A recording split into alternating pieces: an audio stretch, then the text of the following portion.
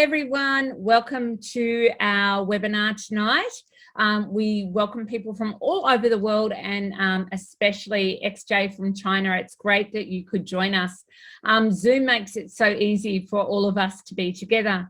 Tonight we are going to be talking about restricted eating, fussy eating, disordered eating related to disability.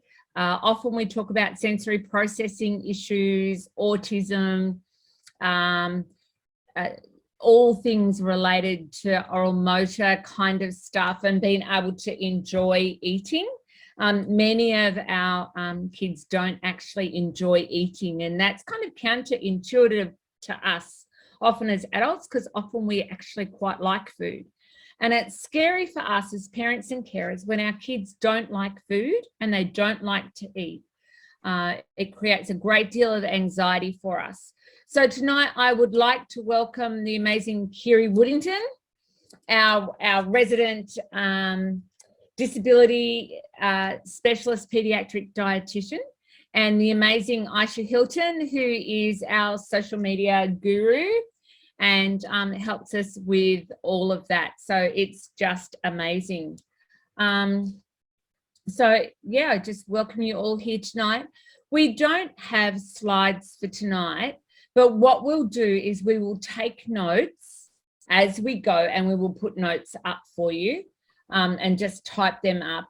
Kirri and I just tend to chat, and we've got a few questions, so please don't hesitate to put questions in the Q&A. I'll keep an eye on that. I can keep an eye on that for you, Bobbi. Oh, okay, sure. And I'll just keep an eye on you, Aisha, for when you look up at me and let me know when there's a question. We've already got some questions. So we'll probably start with that question, Kirri. Or if you just have got a bit of a plan, we'll just go with that. Yeah, I've got a bit of a plan. I've got notes, but you know how we like to go off tangents. So you and I, divergent, never. I like to go off. So I've got some notes and I'm like, must remember to say these things. Otherwise we'll just chat. I think we'll do the questions at the end because I got a really good question this week ahead of this webinar. And I think it really summarizes what a lot of our families go through. And I think it will make sense if I say it at the end. So I think, yeah, I'll do questions at the end in this one in particular, but I do have it for the person who sent me this email. I have it in front of me. Where did you want to start, Bobbi? Or do you want me to start? I think what would be really helpful is to define fussy eating, disordered eating, eating disorder, and like sensory related eating issues. Yeah. I think that's a really good place to start. All right. So hi everyone, my name is Kirri. I'm a dietitian, and if you've seen dietitians in the past, I do like to say I'm a really different dietitian, not only because of my fabulous pink hair, but because I have specialist training in disabilities. So if you've seen dietitians in the past and you found they haven't been helpful, or they've really tried and they just haven't answered the questions that you want to answer, that is usually the response that I get and the feedback that I get. So I am nothing like any other dietitian you will have seen. I'm one of the only ones in our region, and I have clients all over Australia now just because they haven't been able to access the appropriate dietetic support. And it's just because this space is so niche. And dietetics in itself is a really niche area. There aren't many dietitians around in general. There are very few, again, that specialize into pediatrics, and then very few, again, who specialize within pediatrics. So I'm one of the rare few bunnies that have disappeared down this little specialist rabbit hole. And I honestly don't have very many colleagues in this field either. So I just wanted to premise that for people who have had not great dietitian experiences in the past. So I guess what Bobbi was saying is it's really important that we define some of these concepts, and there are grey lines that blur them. But the two most common terms I will use is a fussy eater, a picky eater, and a problem feeder. So fussy eaters, by definition, are most children who go through that age when they're 2 that don't want to eat what you give them because they don't feel like it. And usually that's actually a form of dominance, and the 2-year-old is determining where they sit in the hierarchy of the family. If I don't eat my broccoli, am I going to get dessert instead? They are trying to challenge you. And generally fussy eaters don't have, I'm getting warm here, sorry, I got my heater on because it's freezing in Ballarat. Usually fussy eaters don't have a disability because they are just challenging authority. They don't have the background of the sensory processing. We don't have any oral motor deficiencies. It's just a 2-year-old being a 2-year-old. So when we talk about disability and the space that we're talking about tonight, we are talking about picky eaters and problem feeders. And the biggest definition between these two are the amounts of foods they eat. So a problem feeder is a child that eats less than 20 foods. And many of you on tonight probably have children that only eat 20 foods, or you can count them on your hands. That is a problem feeder. Whereas a picky eater is more someone who has more than 20 foods, but may not have a great variety. You may not be handling many more foods than that, but we've got some room. We've got some wiggle room. So they are the forms of eaters that we have. And then on top of that, we have this potential idea of disordered eating and the diagnosis of eating disorders. So I want to start, before we dive into eating disorders, on the NDIS, there is absolutely no benefit to diagnosing an eating disorder at all. So even tonight, if you sit here and think my child has an eating disorder, we can go down the path of exploring a diagnosis. But the moment it becomes an eating disorder, it's counted as a medical condition that needs to be handled by the hospital and health system, not the NDIS, because it's no longer, even though it has emerged from the disability, NDIS are not prepared to look after eating disorders.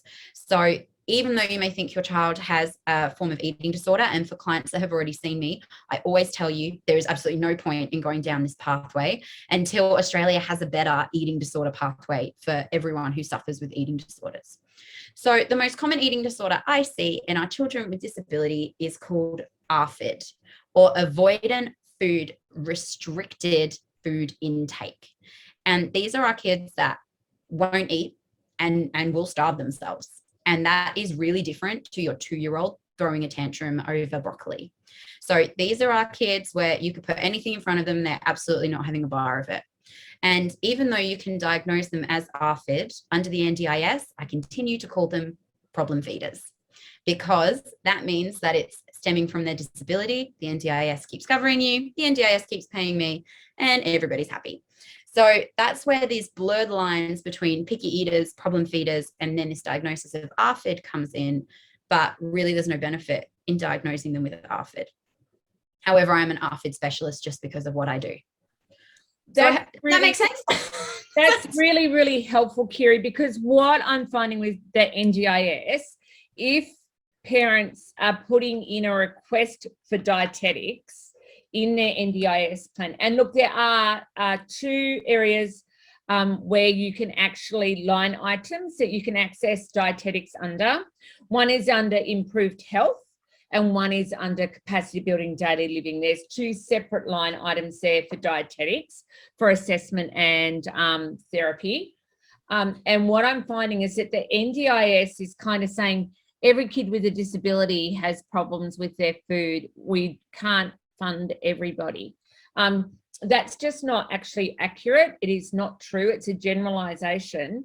And we will absolutely support you with the correct documentation to ensure you do get dietetics added to your NDIS plan. And as Kirri said before, we're getting a lot of families from New South Wales and Queensland who are actually accessing dietetics through us, because Kirri can support you via Zoom. Yep. As a result of COVID, we got good at it. Got really good at it. Sorry, can you just restate what it is, what the line items were? Because I'll put that in the notes, but I couldn't catch it all. I think I've got 3 as well. I've got one in course supports too now, Bobbi, I think. I'll have you. I think I can come out of anywhere. All right. I have got the line item spreadsheet open in front of me. So let me find them and I will cut and paste them. All right. And it's the avoidant food restriction intake, or was it? Yes. Yeah. ARFID. ARFID. I just want to get it right on the website because we're all listening and it's hard to take it out. Take it in. Yeah. So what? It's avoidant food restriction intake. Is that what it stands for? Restrictive. So avoidant restrictive food intake. Oh yeah, I had it around the wrong way. Sorry, but So everyone listening, this will be on the website, but just so you can come back to it. All right, while you guys are doing that, Yep, any got other that. questions? I'm good. There's no questions thus far. Oh, but Sharon is saying you guys are great, and Tick and her child has something which I think might be the avoidant food restriction. Yeah. Alicia definitely has that, Sharon. Totally. But like, there's no point getting a diagnosis. I mean, we can, but it's just not worth it. It's not going to serve you. It's not going to help. It's just not going to help anything, unfortunately. Until Australia comes more on board with eating disorders. And even for neurotypical children, they don't do a good job. No, for anyone. And like we were seeing a paediatrician at the base hospital, and my child was belligerent, but not violent or anything, and not even that rude, just belligerent. He called security on us and had her escorted from the room. And that doesn't build trust, does it? My own GP, who I go to see for my own needs, has asked me to start accepting neurotypical children who have eating disorders, because it's happened as a result of COVID, is loads of eating disorders. And she's like, can you start seeing neurotypical children? Because we've got such a shortage of not only dietitians that work in eating disorders, but children, dietitians that work with children with eating disorders, which is the other part of my hat. Yes, big missing space. So Bobbi, what I thought I'd talk about next was something we covered in the last webinar. So we did a webinar last year, but I just wanted to touch on it so it makes sense as I move into the next part that I wanted to talk about today. So and for those of you that saw the last webinar, apologies, this is going to be a bit of a rehash, but I just want to make sure everyone and everybody who's new know some of the theory behind why our children with sensory processing disorders and disabilities are more susceptible to being problem feeders and more susceptible to having Afid, because they are. So what it all comes down to is this new idea that eating is not natural, that we are taught how to eat, and you learned it from your parents and you are teaching it to your children. So as Bobbi said at the start, we thought for all of time that children just eat. It's something we're born how to do. It's something we know how to do. And if you can't do it, then that must be something wrong with you. Whereas actually it's not. It's actually a learnt response, and we need to teach our children how to do it. And we start doing that when they are born. And the easiest thing to learn how to eat is fluids. So we breastfeed, or we bottle feed, or we feed whatever fluid your child needed at the time. And that reflex is teaching them how to use their tongues, it's teaching them how to suck, and it's the easiest thing to get down. When you feel sick or your child feels unwell, or many of your children actually won't eat food but will happily drink drinks. And that's because it's the first step to learning. And then when your child turns 4 to 6 months, you started introducing purees, bits and pieces, and your child is learning how to use their tongue in a different way. So they are learning how to take on pureed foods. Then we move to mashed banana, and then we move to pumpkin, and then we move to apples and harder things. And we progress through this spectrum all the way through to a child that eats a well-rounded diet. There are 32 steps to eating, and some kids just get stuck. And the same way you get stuck learning English, same way you get stuck doing geography or learning how to drive. It is a learned behavior, and some kids just get stuck. And we didn't know until now, first of all, how to look for it, and second of all, how to help, because we just assumed it was something natural that we could do. And children with disability, as we know, just don't learn at the same rate as neurotypical children, and they just need more help with learning. And that's what we need to do. So lots of my clients are actually really young, and I can actually even do this therapy in babies, because the younger you catch it, the easier it is to pick it up. And it's just coming back to eating is learnt. So even though you and me may do it so naturally and not even think about it, that is not the case for our children. So that's just something to really take on board. A common one I usually hear from clients as well is that your child completely skipped the pureed stage. You gave them puree and they were just not having a bar of it. And that is related to their sensory processing, not to their learning. It's just that wet texture was just an absolute no-go. So I like to do this every time I do this. I'm like, I need to prepare. But if you have a cracker around you or a chocolate around you, and for people that have done this with me before, or later on tonight, once you've watched this webinar, I want you to grab a cracker or something just small. It has to be hard, something small. And I want you to bite it off with your front teeth. And I want you to watch where your tongue goes. So when we eat, when you bite it off at the front, your tongue will pick that piece of food up. It will take it to one of your back teeth. You'll chomp on it. You will then get your tongue to pick it up, move it to the front of your mouth. You will then lift it to the roof of your mouth. And it's the nerves in the roof of our mouth that tell us whether something is safe for swallowing.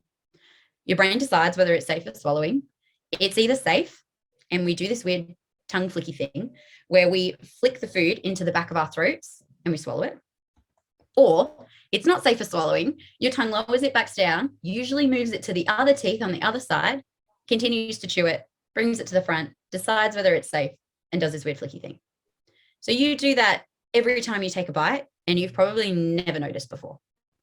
And the crazy thing about our tongue is it's the only muscle in the entirety of the body that is controlled by both sides of our brain.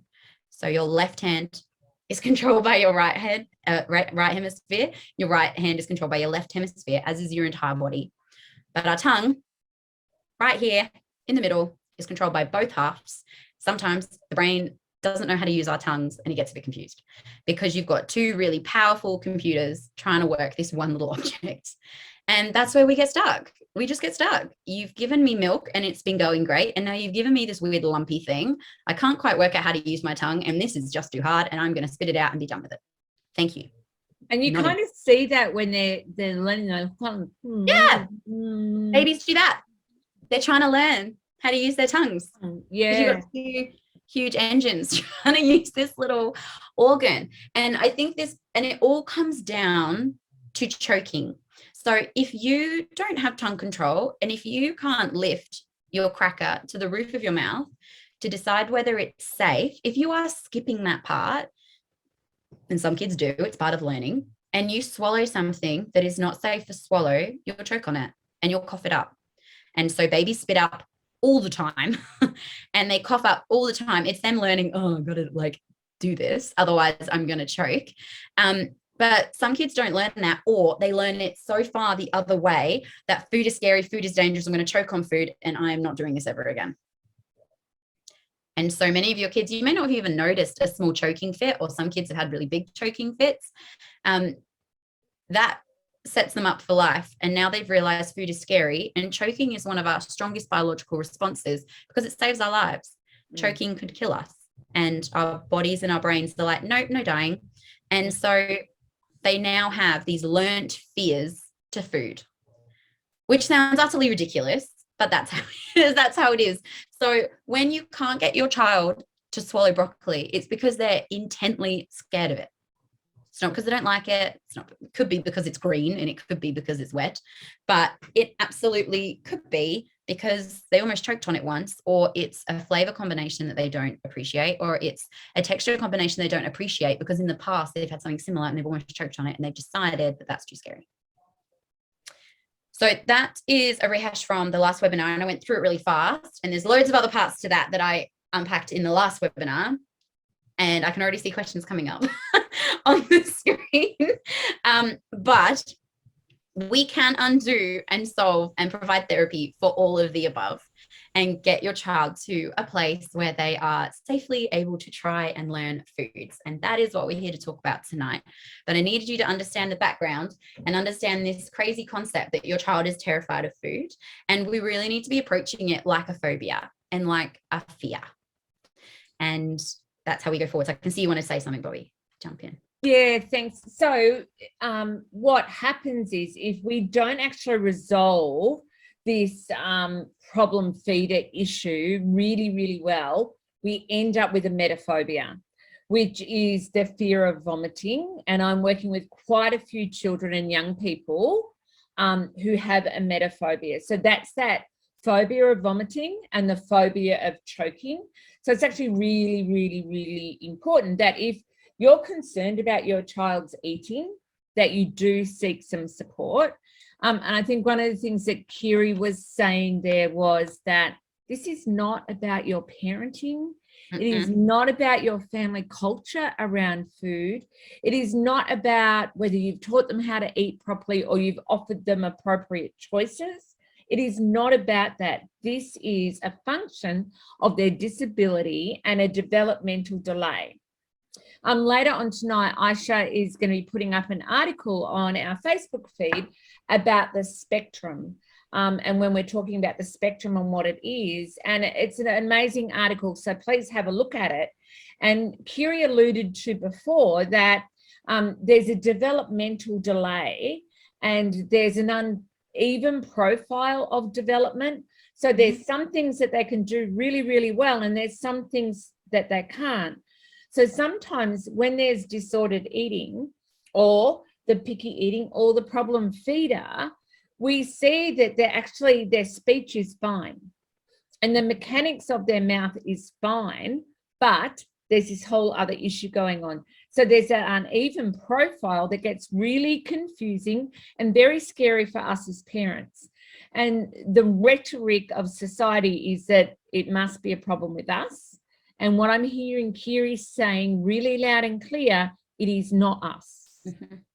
Back to you, Kirri. I was just going to interrupt for a second. We have a question, but from my perspective, when I reheard you say this, Kirri, and I was on the webinar last year as well, just hearing again that it's that fear makes me have more compassion as well, because you do get really frustrated sometimes, you know, when they only eat one thing and it's like very challenging. So we have a question from Michelle. So she's saying that the pathway for this is even more difficult when they're older, like teenagers. Yeah. Yes. Obviously when they're babies, we have more control, but also I'm sure there's a lot of physical things that are entrenched then. Yeah. And it's so funny. And for people who do the food therapy with me, it's when we do food therapy, we're like playing into their imagination and like getting creative with food. So lots of you guys, we make cards together with food. We do things with food except eat them. Like we play with them, we chop them up, we make cards out of them, we feed them to the chickens. It's a lot easier to engage a 5-year-old than a 15-year-old, because a 15-year-old is, first of all, a teenager. They're set in their ways. They don't want to be playing great cars with a young chick with pink hair. So there are so many factors that come into play with teenagers, but also teenagers are becoming adults. They're becoming their own person and they are in their ways, and it's really hard to undo that. So the younger, the better that I see these kids. It doesn't mean it's impossible, but it is harder. Absolutely it is. There's a lot more resistance. Like I have a child that's been off school for 3 months sick, and she's got a protocol now to take, which Bobbi knows about. And the other day I just lost the plot because she wouldn't take it. And I said, I'm over caring for you when you won't even help yourself. So I know we can all lose the plot sometimes. I said, no pocket money unless you take this bloody thing. We have another question from Sharon. So what about the constant need to burp, just like little bubble burps, you know, those ones? Is that similar with the fear? She feels like she wants to throw up and gets lots of saliva. Potentially it can be, as long as the first thing I rule out is just gut stuff, because you are a difficult feeder and your diet's quite restricted. It also means that, this is going off on a whole gut health tangent, it means that you also don't produce the right amount of gut bacteria for your gut because they don't eat the huge diversity of food. So when it comes to the burping, regurgitation, rumination stuff, I like to rule out gastro stuff first before we dive into sensory, because it's easier to rule out. So assuming there's no underlying reflux, query, other gastro things, yeah, absolutely it could be. And it's that fear that you've swallowed something and then freaking out that maybe you've swallowed something and was that safe to swallow, and you're getting into that mindset, and burping, as Bobbi said, can lead into emetophobia, which becomes vomiting. So it depends which way it goes, but yes, in short. And we have another question from Cindy. What about those young people with food issues, like the smell, the taste, the visual? I'm sure there's so many of those. That just makes it interesting, but also makes it harder. But absolutely. So you've got kids that just got stuck in learning how to use their tongues. And then on top of that, some kids don't like crunchy and some kids prefer wet, and some people like green, and that's white. And it just keeps my job interesting. But absolutely. So the sensory processing just adds that extra complexity to food, which we will talk about in a moment as well. But yeah, it makes it difficult. And it's also why it's been put in the hard basket for so long, Bobbi. Yeah, oh, absolutely. And look, we have got like an amazing wealth of knowledge and understanding on the webinar tonight. So we have got one of our leading maternal, child and health nurses on with us tonight. And so she is an amazing resource to us, and we often have very robust conversations about things. And so her comment here is baby-led weaning is a great way to learn to eat. Babies love to play with food. However, when babies have had oral laser surgery or tongue ties, it can lead to fussy and picky eating later on in life. Yeah, absolutely. I'm a big fan of baby-led weaning because you're letting the baby take control of a situation they don't always have control of. Yeah, absolutely. And it's interesting, like my kid's first child, she barely wanted to eat till she was 9 months. So she had a lot of breast milk and she was perfect. She was like ahead, even though she's, you know, what she is now, whatever you call that. She was advanced, like, you know, in other ways, and she just chose what she wanted. And I think that works really well. Mm-hmm. Sharon said white and red foods. Why is it that they like white foods and bloody chicken nuggets? Because they're predictable. Yeah. So the one thing parents always say to me is I want my child eating more vegetables, and it's always vegetables. And when you've got a child, and this comes into some of the questions I have, when you have a child that can tell the difference between one chicken nugget brand to another, that can tell what ovens things have been cooked in, that can tell like what serving implement you used, the child can absolutely tell the difference between 2 different cucumbers and 2 different broccolis. And even though to you and I, it's a broccoli and it looks green, they can tell the different greens and they can tell the different bitterness. And then heaven forbid, we all cook vegetables differently. You roast them, you cook them, you steam them, you boil them. Did you boil them for a minute too long? Did you boil them under a minute? Did you do this, that, or the other? Did you peel them? There are just 60 trillion ways to cut, cook, prepare, grow a vegetable, and it's all too scary and it's all too hard, and that's why they're generally not on the table. I feel crazy just listening to that.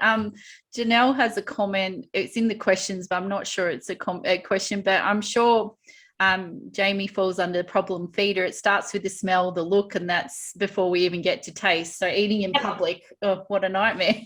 Yeah, and if we all think everybody's children won't eat a burger, but if you take them to Macca's, we'll smash a cheeseburger. Because if you went to any Macca's, literally anywhere in this world, and asked for a cheeseburger, it would be identical. And that is why our children like chicken nuggets, because they are the same everywhere you go. And Macca's, even though it's so tragically bad for you, they are so rigorous in their protocols and their processes that a cheeseburger is the same everywhere in Australia. And therefore it is a safe food. The same as all our children prefer things out of packets, because packets are the same, because they're held by such strict standard by the food industry. They are all the same. So if I buy a packet of Cheetos and you buy a packet of Cheetos on the other side of the country, they will be the same. So it's not that our kids prefer those foods out of love. It's because they're the same, and that's safe, and that's not scary. And remember, it's a phobia. And that is a safe food, regardless of where I go. This is something safe. And I think that's a really important point as well. Your child wants to be a part of family meals. Your child wants to eat what you're eating. We are all mammals. We are like mama bears and baby cubs. Your cub wants to follow in your footsteps. It just doesn't have the skills to do that. And that's where I come in. So it's not that they don't want to enjoy lasagna with the family or with their brothers and sisters or with their friends. You want to eat what your friends are eating. All children do that. That's why we steal things. That's why if I am drinking this, you may not even be thirsty, but you want to know what's in my cup. Because by nature, we are curious and we want to know. So your child wants to know, they just don't know how to go about that. So if there are no other questions, I'm going to lead that into. So Sharon has just made this really great comment. Alicia, her daughter, who I think is 7 or 8 now, just rated chicken nuggets tonight. First, canteen nuggets. Second, is Macca's, and third is Ingham's Tenders. You've got to get it right. You got to get it right. And God forbid that they do a new improved version. Because the child can tell. The child can tell. I don't know if the mum's on tonight, but a mum told me about 4 months ago that their daughter can tell when the same lasagna has been cooked in a different oven. Like, that's a whole new level of crazy. But these guys would make excellent chefs. Like, they would just be so amazing at it if they could expand. So yeah, they just know. They just know. And you can't trick them. So one of my biggest rules with any child that comes my way is stop tricking them. Stop hiding things in things. They know. And that's why they like white, because you can't hide anything in it. And I know you've all probably had mums of neurotypical children go, oh, I just hide the broccoli in the pasta sauce. They'll never know. And I know you've sat there and thought, yeah, they will. Because, yeah, they will. Don't do it. So it can be really disheartening when you've got neurotypical parents who are just saying, oh, just do this. It worked for my child. Great. But neurotypical child. That's not helpful. And I know parents get really downtrodden by that. So the first thing you can do is just start being honest with your child. This is what this is tonight. End of story. I haven't hidden anything. I haven't slipped something in, because all you're doing is, when they do work it out, you're breaking your trust down over food. And remember, they're scared of it. So it all comes down to the phobia. So they're already trusting you to cook their food that they're already scared of. And if you start hiding stuff in there, you're going to break that trust. And I do have some clients that have 2 foods and that's it. And the scariest thing is what happens when they're a nun. So don't buy into, I just hid this in there. Don't do it. Your child can tell. They can tell. They can always tell. So my first rule is always no tricks, no hiding. And that can be really hard when the internet's full of it, because they're all neurotypical parents. Yeah. They are. And they just don't know what they don't know. And they give this advice and these ideas out of love. And look, I think families are the worst for it. And your best mate, they're going to be the worst for it, because they're anxious and they want to help you. But if you can actually say to them, and I talk to this about behavior therapy all the time when we talk about strategies and plans, if you can say to them, look, I know it's scary and it's difficult to understand. However, I am working with a disability specific dietitian, and we've got a plan and we're working on it. So just be patient with us. And I have brought my child's food with us to Christmas lunch. And I know that what you've prepared is beautiful and you've put a lot of effort in it, and it's not to be offensive, but this is under the direction of our dietitian. And just hide behind us all the time. Always I'm happy to be under the bus. When I have adults who have Afid, they say their worst time is Christmas, because so much love goes into making Christmas dinner. We all get together, everything's closed, and they are heartbroken they can't partake. And this goes back to, it's not that they don't want to be a part of it. Even my neurotypical adults with Afid, because Afid can affect many people, Christmas is the worst time because they can't be a part of it. And you just got to take your chicken nuggets with you and know that maybe next year they might be able to try something after some therapy, but it does take time and it is a patience game. And I think this leads beautifully into the thing I did write down today. So I talk about curiosity, that they want to try what's on your plate. So why don't they? And this is why. Because for their entire life, you have said, just give it a go. Just try it. Just do this. I've got accounts of teachers shoving foods in people's faces, not letting them leave classrooms until they eat this, not letting them do this. They go to grandma's house, not allowed to get down from the table until you finish this, this, and this. I'll give you $10 if you eat this. And the list just goes on. The child has no reason to trust anyone that says that. And if they got curious in a food, say they're interested about what's in my cup, are you going to make them drink it? And that's the worst thing in the world. So they're just not asking you. They are just not. And remember, there's 32 steps to eating, and that starts with sitting down. Sitting down. That is step 1. Step 32 is swallowing. So what we need to do is reduce the anxiety, reduce the stress, and make a space for your child to be curious that doesn't end in just try it. So you need to drop the just try it. And I know it's really hard when all they've eaten is one Weet-Bix that day, or all they'll eat is chicken nuggets. I know it's hard, but we need to give them the space to learn at their own pace. And the issue is every time they take an interest in food, someone is immediately trying to shove it down their throat. And they've got a fear of it. It's just like if I said, I've got a fear of spiders, I'm thinking maybe I should Google some images of it. And you go, hold this tarantula. No, like you're jumping too many steps. That's right. Yeah. Got 32 steps. One is sit down and 32 is swallow. And there is a lot of steps in between.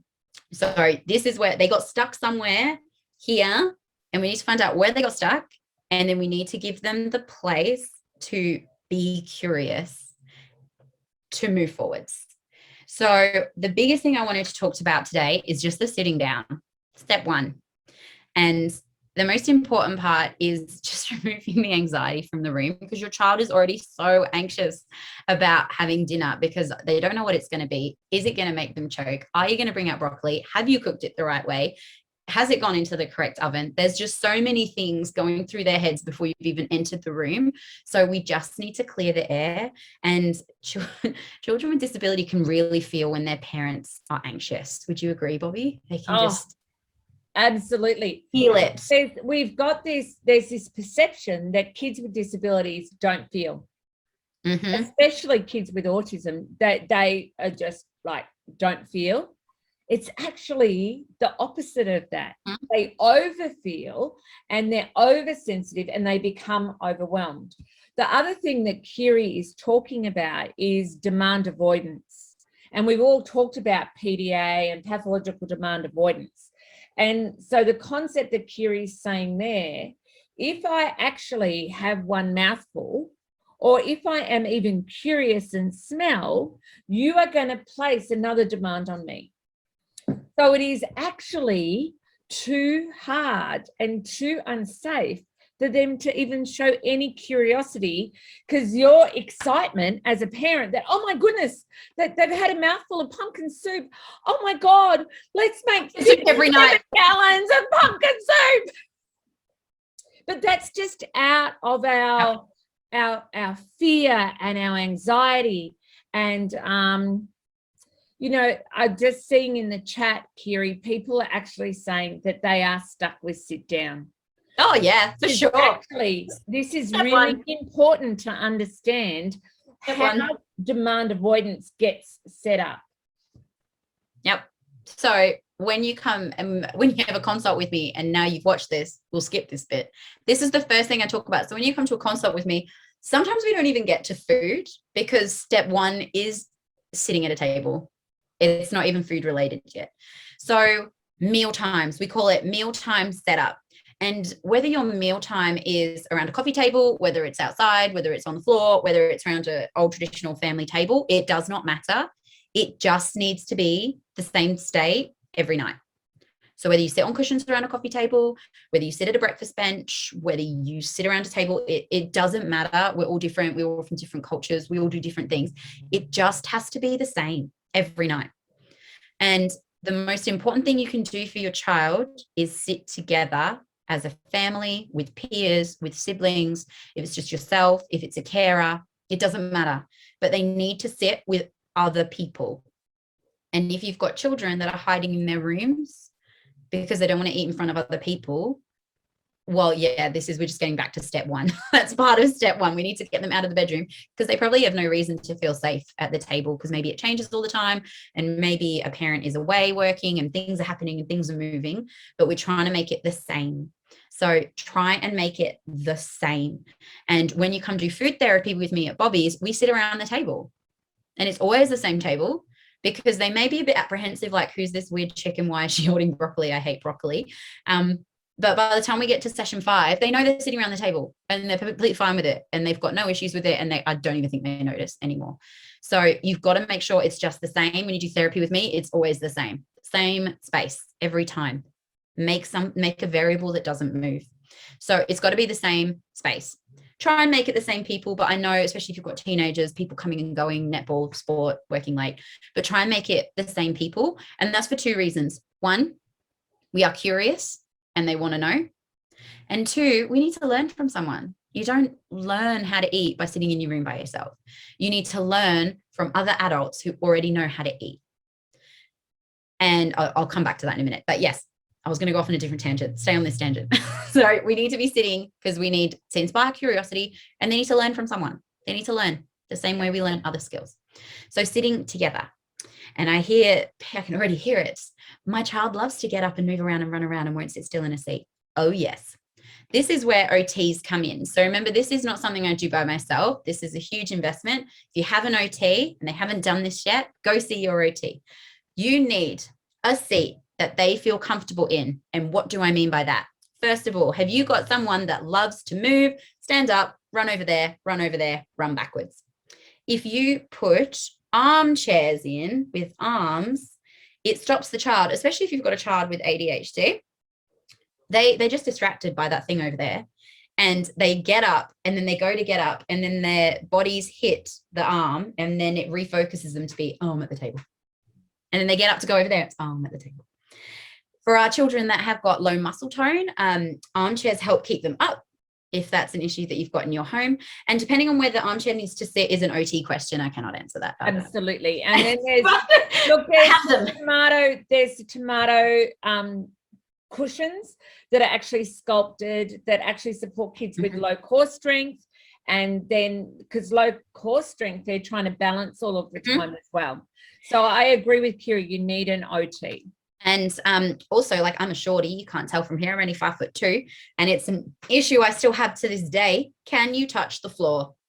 Because if you are sitting on a chair right now, if you lift your feet off the ground and your feet aren't supported and you're like holding yourself up, can you do that and then utilize cutlery that you may not be able to use because your gross motor skills may not be that great? And can you use that to cut up something that scares you?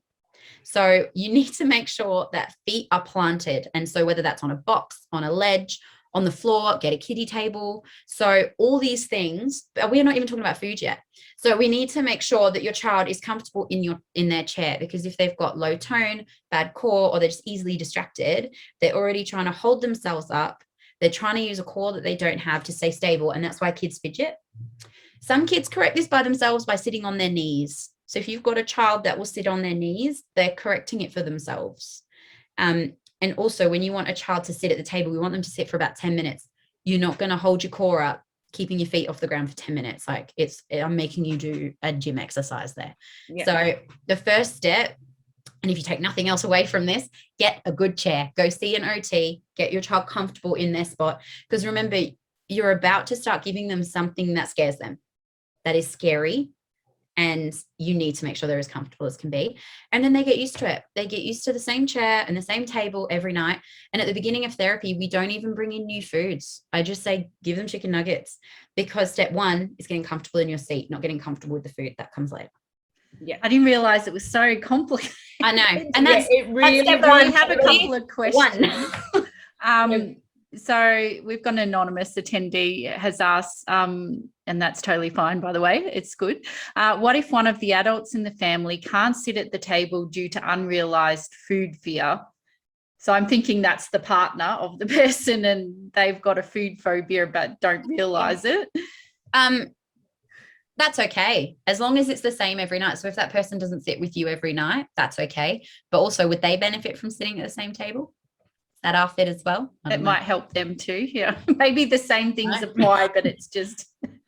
Yeah, look, I've got a family where there's the one parent and one child both have misophonia, which is that the whole phobia of the sound of people chewing and eating and just bodily noises.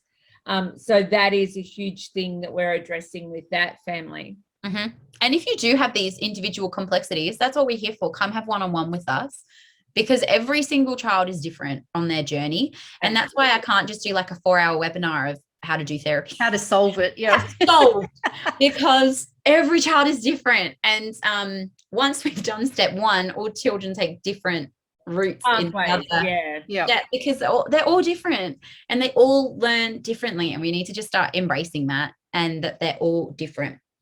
If you've got time, I've got a couple more questions. Okay, can I say the last few things that may answer those questions, and then we're done, because otherwise we'll forget, because I'm aware of the time. Otherwise, but we could talk about this all night. Okay, when you are sitting at the table, there are 2 cultural things that Australians do that are not helpful. The first one is chew with your mouth closed. I know it's rude to chew with your mouth open, but how on earth is your child supposed to learn how to use their tongue if they can't see it? Oh. So chew with your mouth open so they can see. But if they've got, what if somebody's got misophonia and you're chewing with your mouth open? God. Which will lead me to the other one, Bobbi. But if you can, and your child doesn't have misophonia, chew with your mouth open. So I had a little girl once, and her audio is actually on YouTube, and she just didn't, like, she was old enough to talk, and she just said, I don't get it. You put food in your mouth and it disappears. Like, what kind of magic trick is that? Because we chew with our mouths closed, because and it's cultural. It makes no difference in terms of like health. Like, it's just cultural for us to do that. The second thing is cutlery. Say goodbye to it. Your child already has issues with fine and gross motor skills. You're making them sit in a chair that they may not be comfortable with. You're making them pick up implements to pick up something scary. Now, if you've got a child that doesn't like touching wet foods, that's a different story. But most children will pick up crunchy things, and it is easier to coordinate things with your hands, because then your hands are near your mouth. And if you think you're going to choke, you just grab it out. Whereas if you're using a fork, it's all too hard. So the next thing is ditch the cutlery. Just ditch it. And as a family, just ditch it. Because again, we're teaching the child how to eat. So if you've told your child eat that spag bowl with their fingers, which they're quite happy to do, they may not have the skills to do that. So show them. Put your cutlery down. There are 2 things. Well, I grew up in India, so we're used to, and when I worked with Burmese refugees, and the food tastes better, I got to say. I haven't done it with spag bowl, but with rice, has better control. They just have better control over it. Yeah. And if some children may have skipped pureed foods, but they loved finger foods, and that is because you don't need your tongue. Because if you are holding a piece of carrot, you can put it straight on your back teeth and chomp. You don't need your tongue. Yeah. So if you even think about that, it's a safety thing. So someone's just said, so ditch cutlery, useless waste of time. Again, cultural. Gandhi's got this whole speech about cutlery when he sat with the colonists. So just ditch it. It's too hard. So we have permission to ditch the cutlery. Yeah. Ditch and it. look, XJ's just said this most amazing thing, and I just love having different cultures involved. She said, nice, we still do that, chewing with our mouth open in China and in Japan. Just do it. It's cultural. And they do. You know, like, and you're showing them. Yeah, and it's about holding, not like trying to go from a long way down, but it's like roll up here and eat. Mm-hmm. Yep. Mm-hmm. Mm-hmm. So much easier. So I think they're all my wisdoms. I have many wisdoms. And remember, guys, that's step 1, and there are 32. So and so I the point of that, Bobbi, was to reduce the anxieties in the room. Yes. And please stop making your child eat things they don't want to do. We'll get there. We'll have to have another webinar, and I'll talk about the next bit. But stop making, it's not going to work. It's not going to work. And how many of you have bribed them with $5, $10 ice cream? You can watch a movie. Has it worked? No. Because bribery doesn't work. So just let your child eat chicken nuggets from the brand that they want, whatever they want, and just let them sit at the table in peace and eat their chicken nuggets and get used to their surroundings. And then we can move to the next bit. And we don't digest our food well when we're stressed as well. Like our like your own stomach and weight problems start with all the stress. So and all parts of it are so stressful. Like, you want to make sure your child is well fed and well nourished, and that's completely fine. Like, that's what we're all like, but we just don't realize how much we stress that child out by doing it. And it's the social pressure too that I know we all feel, like people judge us when we go out and the kid has, like my daughter's vegetarian, so it's just a bowl of chips, right? And I'm like, just have the chips, and at least that's cheap. Have them. It's like, if they're going to eat the same thing. Yeah. And and your child can tell when it's anxious. And if you've got kids that like to know schedules and like to know rules, something else is having a visual menu. So we're having this Tuesday night, we're having this Wednesday night. Try and remove as much of the angst and the surprise as you can. Do it the day before. And even when we go out, we can look up the menu online as well. Yes, it's not visual, but even I sometimes like to pick something because I'm vegetarian. I'm like, oh, will they have anything? So are we okay to do a few questions? Just hit me with questions. I'll just share Michelle's comment. And then, I've got one. Oh, yeah, I've got one. And actually, I think this will round it off. Okay, this is the email I got earlier in this week, and she said she may or may not be on, but she said she'd listen to the recording. So here is your question. Right. I'm just going to change the name. Miss Anne has autism. We've tried everything, but we don't feel completely comfortable about certain therapies. My child can taste the difference of milk in a cardboard versus a plastic container, or the change of brand of dried pasta once cooked. I can't even add a gram of protein to a smoothie without her not being able to drink it. We have tried every trick, both in and out. Do you have an answer that we haven't tried? And I hope you've all realized now that the trick is there are no tricks. Buy tricks. Goodbye. Stop adding them to things without your child knowing. So they talk about therapy fatigue, and we have food fatigue.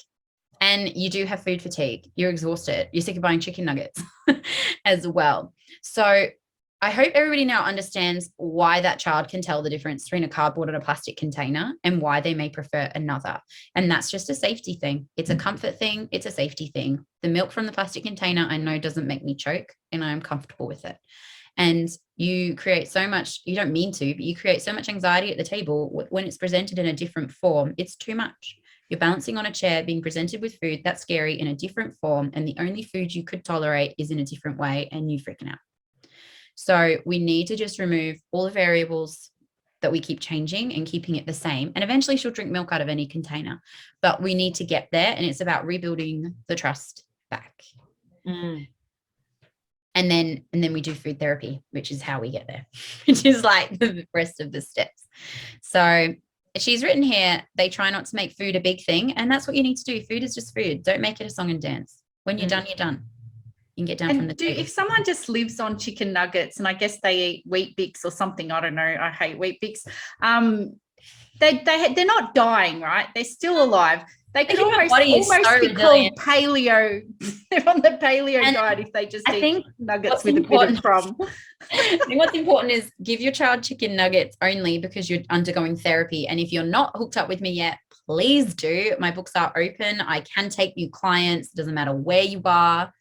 I will see you via Zoom. That is fine. There's a 3-week wait to get. There you go. Okay, 3-week wait for me. I've just been on admin today. 3-week wait. That's actually pretty good, because last time we had the webinar, there were no spots. So 3 weeks to get step 1 sorted. So chicken nuggets and a chair. That's your homework beforehand. All right, Sharon, I'll book you in. So in 3 weeks, Sharon, I expect you to be telling me sitting in a comfortable chair around a table on a tomato. You are ready for the next thing.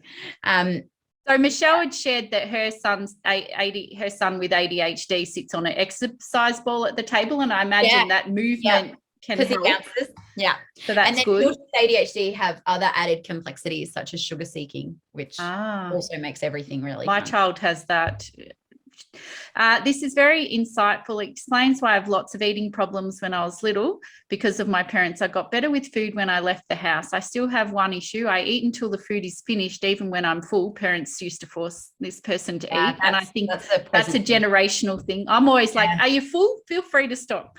I've been working on it and I made a little bit of progress. I wonder if you have any suggestions on how I continue to work with this. And just a question, like you're a pediatric person, but maybe they could even book a session. I don't know. Yeah. So we're all a child on the inside.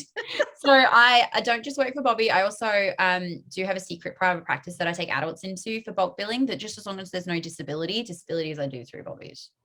Good to know. And that's absolutely fine. I know about it. It's great. It's not a secret from you. No. It's not a secret. It's fully supported. It's a secret from the Ballarat community, because no one in Ballarat knows. I'm as a behaviour therapist, I have a comment for our friend with the whole thing about having to eat everything on the plate. Just stick with that. Eat everything on the plate, but get a smaller plate, and give smaller servings to yourself. And if you eat it and you're still hungry, don't get seconds. So don't even try and challenge that within yourself. That is a long established behavior. It is embedded in trauma and anxiety. Don't try to change it. Trying to change that as well as eating at the same time. If you've got a scrambled brain a bit about eating, don't do it. Get a small bread and butter plate, give yourself a small serve, cut yourself some slack about it, go gently and go back for seconds if you're still hungry. And come see me. I love that, Bobbi. We all probably need a smaller plate anyway. Michelle said and I've got one more question to ask after Michelle's. I have a question regarding a different issue: strategies for a teenager with body dysmorphia who is a strong, healthy build, more developed than his age group, an excellent sports person who is not eating at school in front of others for fear of being called big or fat. Ooh. Yeah. They also need to come see me. So it's a huge myth that eating disorders exist amongst females more than males. It's actually a 50-50 split. And men are just awful at coming to health professionals about all kinds of things. Man flu's real, and they are just so bad at coming forwards. So that's not something I can answer here, but book in through Bobbi's. I will see him.